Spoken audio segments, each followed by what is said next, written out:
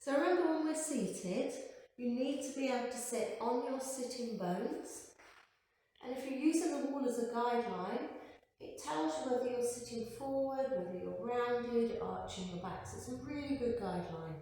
So we're going to sit on the sitting bones and then bring this bit of your back of your hips to the wall and the back of the ribcage to the wall if you can. You may find it easier to sit on a block. So if you find you're tight in here, sit a bit higher, so maybe 2 blocks. And if you find that you're tucking your bottom under, you can use the block to sort of roll you forward a little bit. So have a play around with that. Make sure you've got your sitting bones, you're sitting in them and you're back against the wall. If you're uncomfortable through your legs seated, then just change your leg position.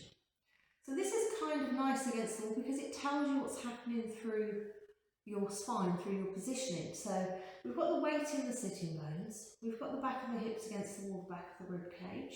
Maybe you can sort of tuck your shoulder blades under. So remember, a lot of us, as we're arching forward, we're rounding. So the body is compensating. So let's see if we can keep the back of the hips on the wall, the back of the rib cage, and tuck your shoulder blades in. If you touch, back of your head touches, fantastic. But remember to relax into it. So we've got a lot of tension in the backs, most of us. When you first sit, you might find that you're sort of keeping the weight out of your sitting bones and pulling it into your back. So let the weight sink into your sitting bones. So we're grounding ourselves, the same as we do when we're standing in good posture. So ground yourself, let the weight sink into your sitting bones, and then draw up as best you can. If you can't get your head on the wall because you're doing this, then just bring your chin into a level position. Don't try and touch the back of the head to the wall. It's only if you can tuck in. So this is a nice way of seeing what's happened through your chest. So see if you can place your arms on the wall. So if that's a stretch, that's a really good stretch to practice. You might find you're here or you can't quite get there. So just do the best you can. You can always go lower, play around with the position. So that's kind of nice to think about what's shortened through your back. So you might feel it around the back of the rib cage, you might feel it in the chest, you might feel it in your shoulders, you might feel it in all of those places. But it's a nice one to practice, and remember you could do this stretch on the floor as well, let gravity help you. So once you're in position, we're going to take the arms out in front and we're just going to rest the arms. Now when you do this, don't take your shoulders off the wall, draw them back. We've still got that weight in your sitting bones. So as you breathe out, let the weight sink into your sitting bones, lift up through your core, draw your shoulder blades into the wall slightly and just float the arms up.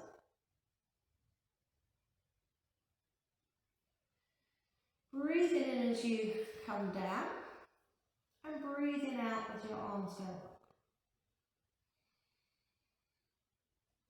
Pushing into the sitting bones, keeping the shoulders back.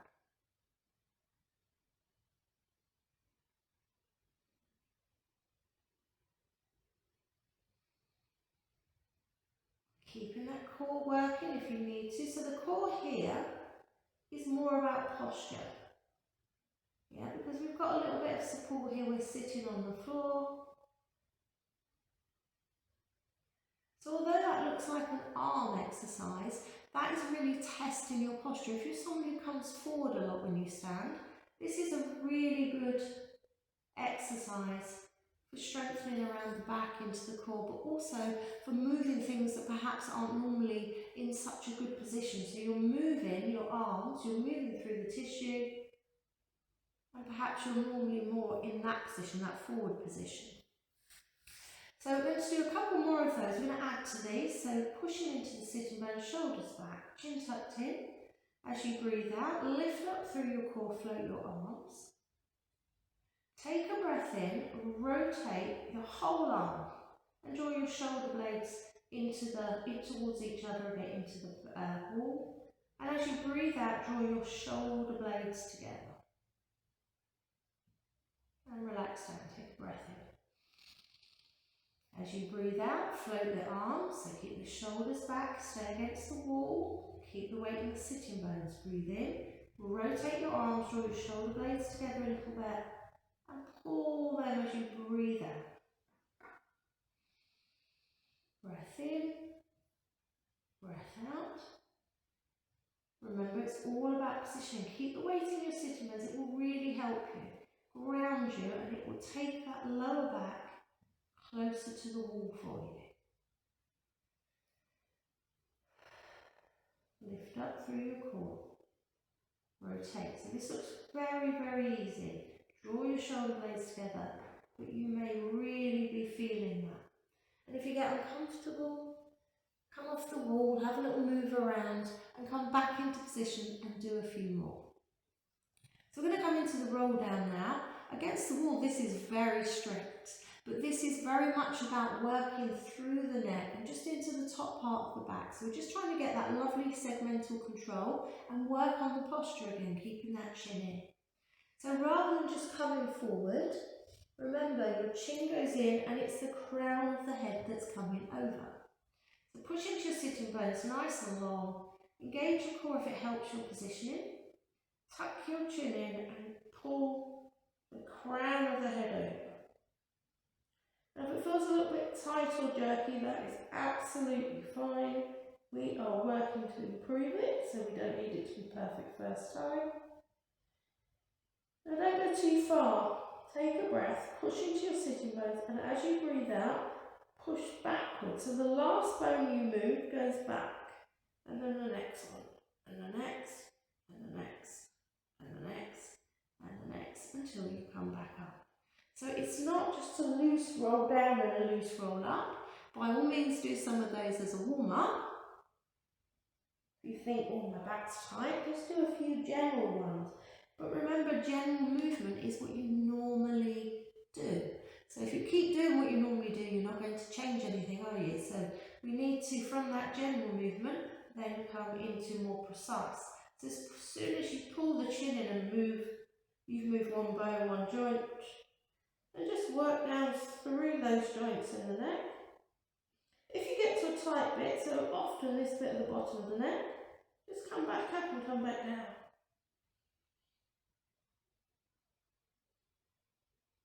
Roll in and out if you want to.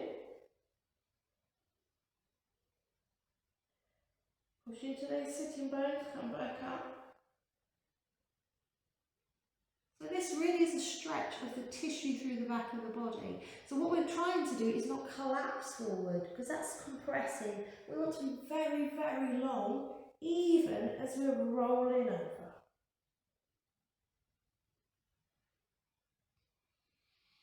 Let's do one more.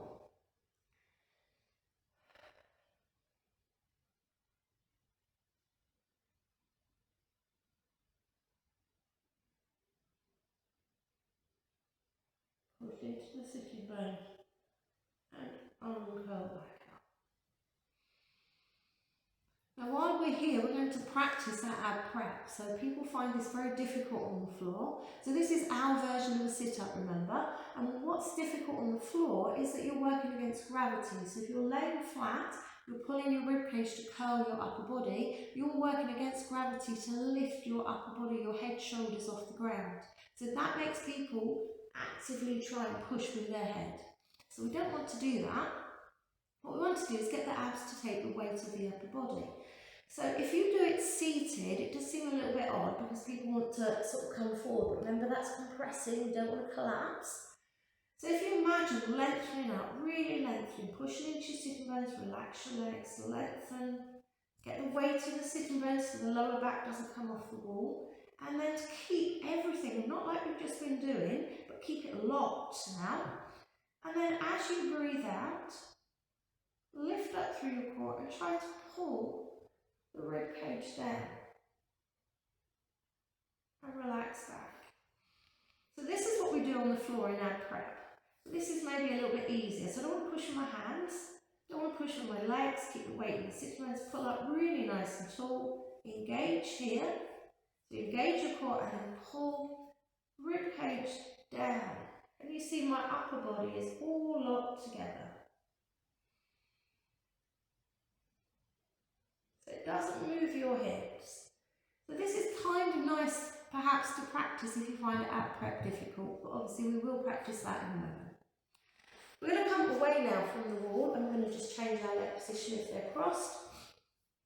do our spine twist. So again, the weight is very much heavy in those sitting bones. We're nice and long, we're keeping the weight over the sitting bones, we're not coming forward. And we're trying to stay level, level in the hips and level with the shoulders. So we're going to take the hands onto your heart. So it just means we're trying to focus a little bit more on this area to rotate, rather than keeping this all stiff as if it was a block, and then just rotating at the bottom. We don't just want to twist here. We want to spread that movement through the spine. So you can have your hands here, but if it makes you push and engage your shoulders, then just relax and place your hands where you're working. Take a breath in. As you breathe out, relax the legs, weight into the sitting bones, pull up through the spine and see if you can rotate. And it doesn't matter what happens to start with, just observe. See if you can rotate round and back to the centre. Breath in. As you breathe out, rotating the other way.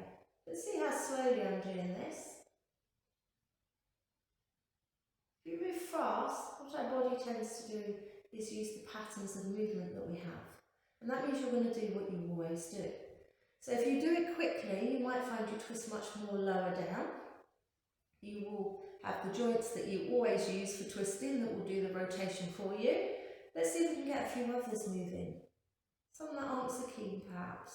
So this might feel a little bit more difficult, and you might not even go as far, but we can spread that movement through the spine all the way up. Can you see my head is staying over my hands? So what we don't want to do is move the head. We want to move everything together up here. So we're trying to get rotation all the way through the spine. So think about where you're moving and just bring your awareness to different areas of the spine. Can we move more in this part of the spine? Can we move up through the spine? And focus on being level. Really focus on not pushing with the shoulders. And try and bring your focus right into your spine and doing those little rotations.